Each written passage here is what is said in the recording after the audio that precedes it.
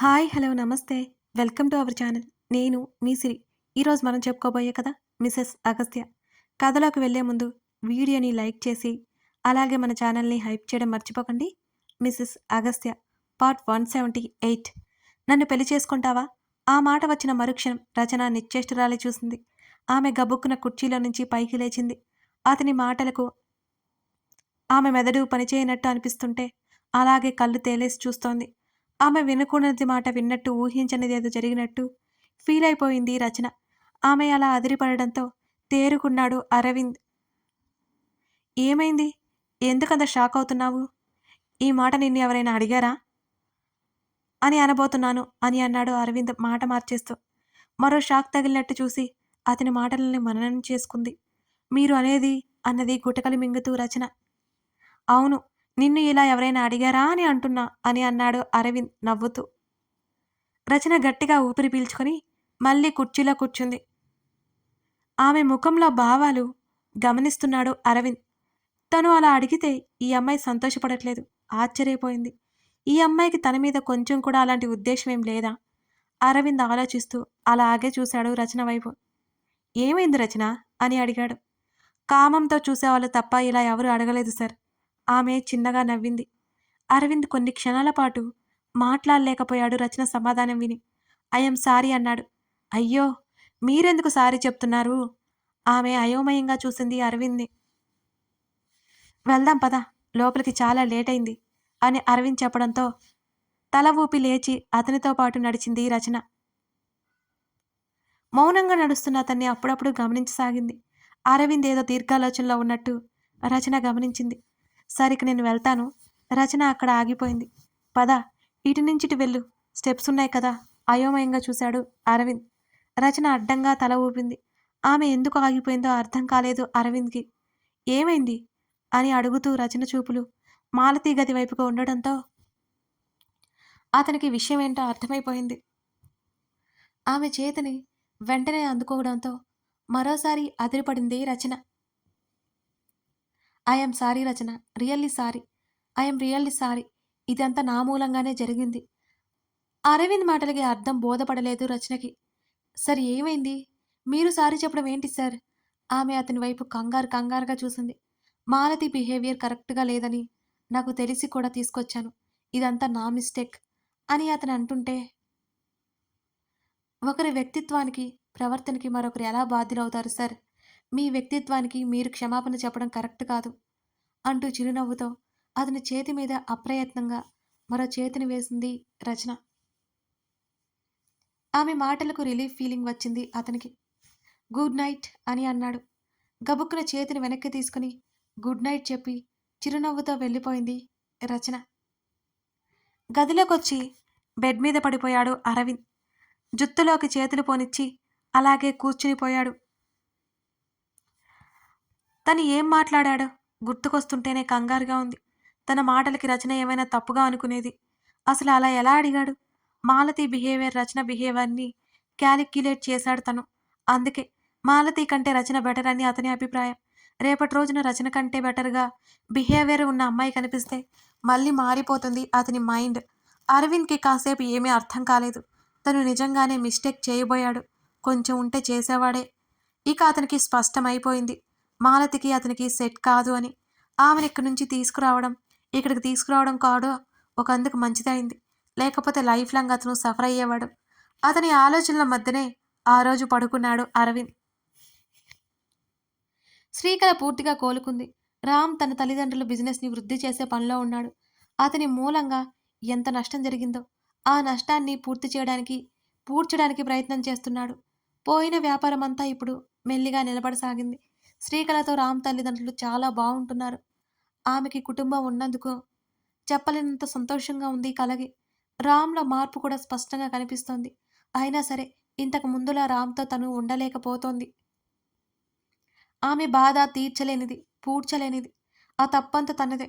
రామ్‌కి మొహం చూపించలేక ఆమె ఉంటే, తన పిల్లల గురించి ఎత్తద్దు అనేసరికి కల భయపడి ఇదంతా చేస్తుందేమో అని ఆలోచనలో ఉన్నాడు రామ్.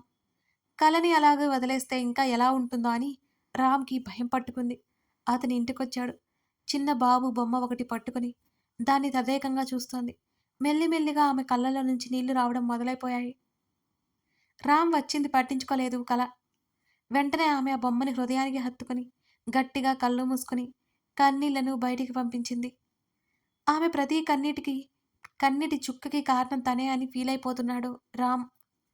తను సడన్‌గా వెళ్తే ఆమె ఎలా ఫీలవుతుందో అని ఆగిపోయాడు. మరలా వెనక్కి వెళ్లి గట్టిగా ఊపిరి పీల్చుకున్నాడు. ఎంత బలంగా ఉండాలి అన్నా ఆమె కన్నీళ్లు అతన్ని బలహీనుడినే చేస్తున్నాయి. అతను రూమ్ డోర్ కొట్టడంతో కళ ఉలిక్కిపడింది. వెంటనే కళ్ళు తుడుచుకొని ఆ బొమ్మను పక్కన పెట్టేశాడు. మరోసారి కళ్ళు తుడుచుకుంది. రామ్ లోపలికొచ్చాడు. అతను వచ్చి బెడ్ మీద పక్కనే కూర్చున్నాడు రిలాక్స్ అవుతూ. కాఫీ తీసుకురమ్మంటావా బావా అని అడిగింది. అతని ముందు నుంచి ఎలాగైనా బయటపడాలని శ్రీకళ. వద్దులే కానీ ఏం చేస్తున్నావు అని అడిగాడు. ఆమె వైపు చూపు తిప్పాడు. ఇప్పటికి కొన్ని నెలలైపోయింది. అయినా సరే ఆమె సిచ్యువేషన్లో ఏమాత్రం మార్పు రాలేదు. ఏం లేదు బావా, ఊరికే ఉన్నాను. ఆమె గొంతు ఏడ్చినట్టుగా ఉంది. ఆమె మాట స్పష్టంగా తెలుస్తోంది. రేపు నైట్ పార్టీ ఉంది వస్తావా అని రామ్ అడిగాడు. నేనా?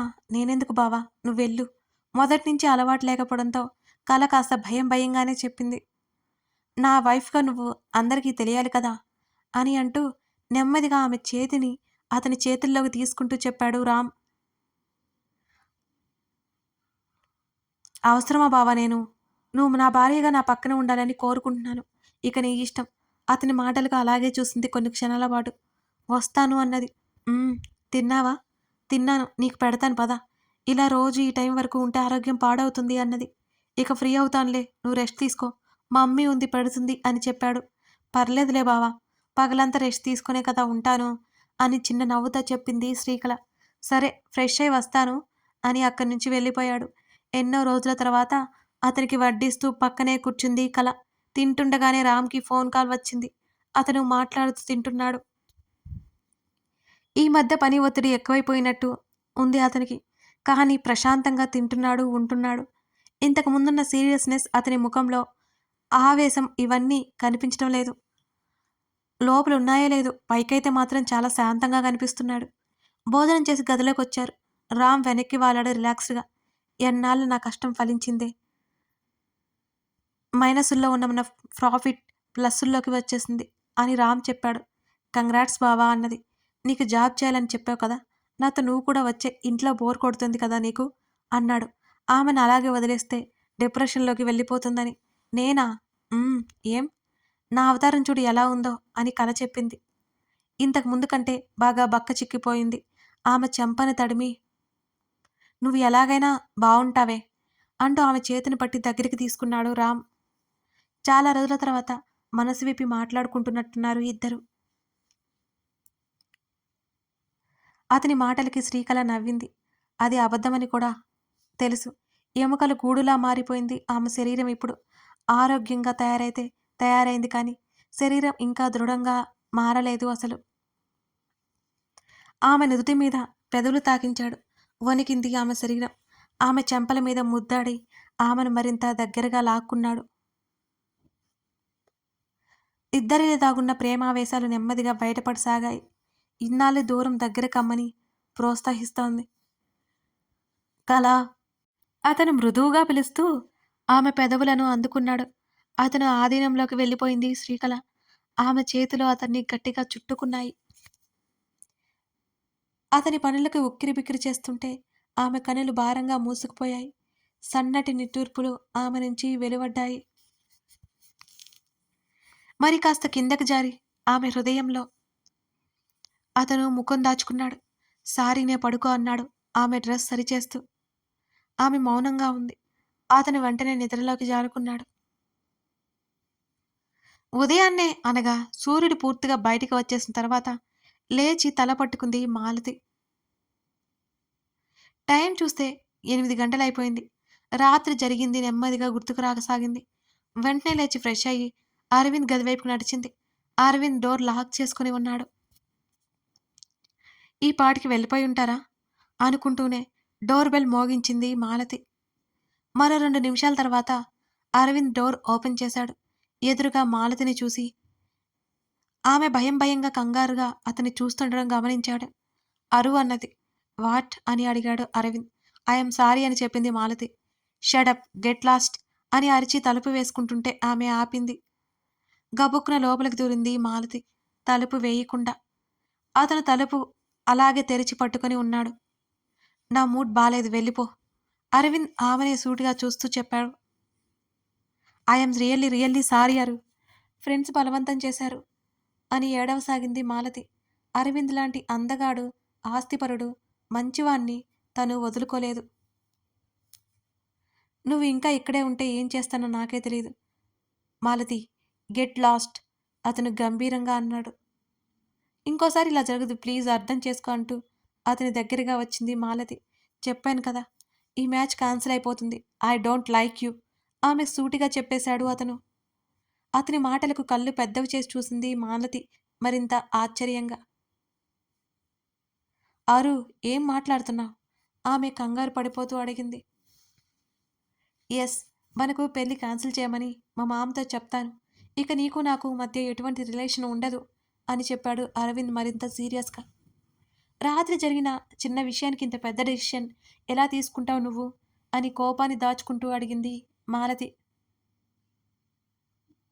రాత్రి జరిగింది చిన్న విషయం కాదు. To be frank, I don't like your behaviour. నేను ఇలా చెప్పకూడదు, బట్ చెప్పకపోతే నా లైఫ్ లాంగ్ నేను సఫర్ అవుతూనే ఉంటారు. నువ్వు బ్యాడ్ అని నేను చెప్పను, నాకు మాత్రం నచ్చలేదని మాత్రమే చెప్తున్నాను. అండర్స్టాండ్ అని అరవింద్ గట్టిగా చెప్పాడు. What do you mean? నీకు నచ్చలేదంటే నా క్యారెక్టర్ని తప్పడుతున్నావా? కోపంగా అన్నది మాలతి. లేదు, నీ క్యారెక్టర్ని తప్పు పడట్లేదు. నీ అలవాట్లు నాకు నచ్చలేదని చెప్తున్నాను. ఇక మీదట నచ్చవు కూడా. అలాంటప్పుడు నీ బ్యూటీని మాత్రమే చూసి నీతో లైఫ్ షేర్ చేసుకోవడం నాకైతే ఏమాత్రం ఇష్టం లేదు ఖచ్చితంగా చెప్పేశాడు అతను. తను ఎంత మాట్లాడుతున్నా అతను ఖచ్చితంగా ఉండడంతో మాలతికి భయం వేసింది. అరు, ప్లీజ్ అలా మాట్లాడుకు. నువ్వంటే నాకు ఇష్టమని ఆమె ఒక్కసారిగా ఏడ్చింది. ఇది నటనని అరవింద్కి తెలీదు. Malathi, try to understanding me.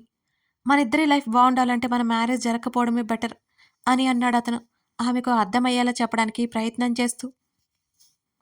No అరు, నో, నువ్వు లేకుండా నేను అసలు బ్రతకలేను అని ఆమె ఏడుస్తూ అతన్ని హత్తుకుంది. అరవింద్కి విసుగ్గా అనిపించింది. కానీ ఆమె నిజంగానే అతన్ని అంతగా ఇష్టపడిందేమోనని అతను అనుకున్నాడు. మాలతి, అర్థం చేసుకోవడానికి ట్రై చేయి. నేను చెప్పేది ముమ్మాడికి నిజం. నీ అలవాట్లు, నీ బిహేవియర్, నా అలవాట్లు, నా బిహేవియర్ పూర్తిగా ఆపోజిట్. ఆపోజిట్ అయినా పర్లేదు కానీ అసలు అవి నాకు నచ్చనివి. అయితే నేను ఎలా కాంప్రమైజ్ అవ్వను? నా లైఫ్ లాంగ్ కాంప్రమైజ్ అవ్వడం నాకు ఇష్టం లేదు.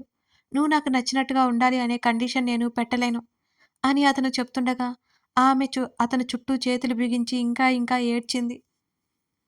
అరు, ఐ లవ్ యూ అరు, ఐ లవ్ యూ ఆమె ఏడుస్తూనే చెప్పింది. అప్పుడే అక్కడికొచ్చారు నవీన్, రచన.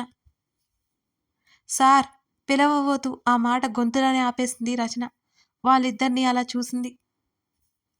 కొంచెం వినిపించినట్టు తల తిప్పి చూశాడు అరవింద్. అతని కళ్ళు ఒక్కసారిగా పెద్దవైపోయాయి. వెంటనే మాలతిని దూరం జరిపాడు. ఆమె వదల్లేదు అయినా. నవీన్, రచన ఇద్దరూ చాలా అంటే చాలా ఆశ్చర్యంగా చూస్తూ వెంటనే అక్కడి నుంచి పక్కకెళ్ళిపోయారు. చాలా అసహనంగా అనిపించింది అరవింద్కి. వెంటనే మాలతిని దూరం జరిపేసి కోపంగా చూశాడు. నా డెసిషన్ ఫైనల్ మాలతి. 2 డేస్లో మేము రిటర్న్ వెళ్తాం. నువ్వు మాతో పాటు వస్తేరా, లేకపోతే ఇప్పుడే వెళ్ళిపో కోపంగా చెప్పి బయటికి వెళ్ళమన్నట్టు చెయ్యి చూపించాడు అరవింద్. మాలతి కళ్ళు తుడుచుకుంటూనే అక్కడి నుంచి వెళ్ళిపోయింది. గదిలోకి వెళ్ళిన మాలతి అటూ ఇటూ ఆలోచిస్తూ తిరగసాగింది. జరిగింది తెలిస్తే వాళ్ళ మమ్మీ చంపేస్తుంది. అరవింద్ లాంటి అబ్బాయి తనకి ఎక్కడ లభిస్తాడు? ఇక నుండి వెళ్ళేటప్పటికి అరవింద్ మనసు మార్చాలి అని మాలతి నిర్ణయం తీసుకుంది. ఆమె ఆలోచనల మధ్య ఎవరికో ఫోన్ చేసింది. కథ కొనసాగుతోంది. అరవింద్ డెసిషన్. అరవింద్ మదర్ ఒప్పుకుంటుందా? మాలతి వెళ్ళేటప్పటికి ఏం చేయబోతుంది? ఇప్పుడు రచన ఏమనుకుంటుంది? అరవింద్ ఎలా ఫీల్ అవుతాడు? ఇవన్నీ తెలియాలి అంటే నెక్స్ట్ పార్ట్ చూడాల్సిందే. మీ అందరికి ఒక చిన్న విషయం అండి. మీరు ఒక ఒక రోజులో ఒక ఎపిసోడ్‌కి 2,000 లైక్స్ ఇచ్చారనుకో, అంటే ప్రతి ఎపిసోడ్‌కి మీ ఇష్టం. 2,000 లైక్స్ ఇస్తే నేను తప్పకుండా నెక్స్ట్ డే 2 ఎపిసోడ్స్ ఇస్తానండి. నిజంగా నిజం. చూద్దాం మరి ఎంతమంది లైక్స్ చేస్తారో. మీకు ఇంకో ఎపిసోడ్ కావాలంటే తప్పకుండా లైక్ చేయండి. Thank you for watching this video. మరో ఎపిసోడ్‌తో మనం మళ్ళీ కలుద్దాం.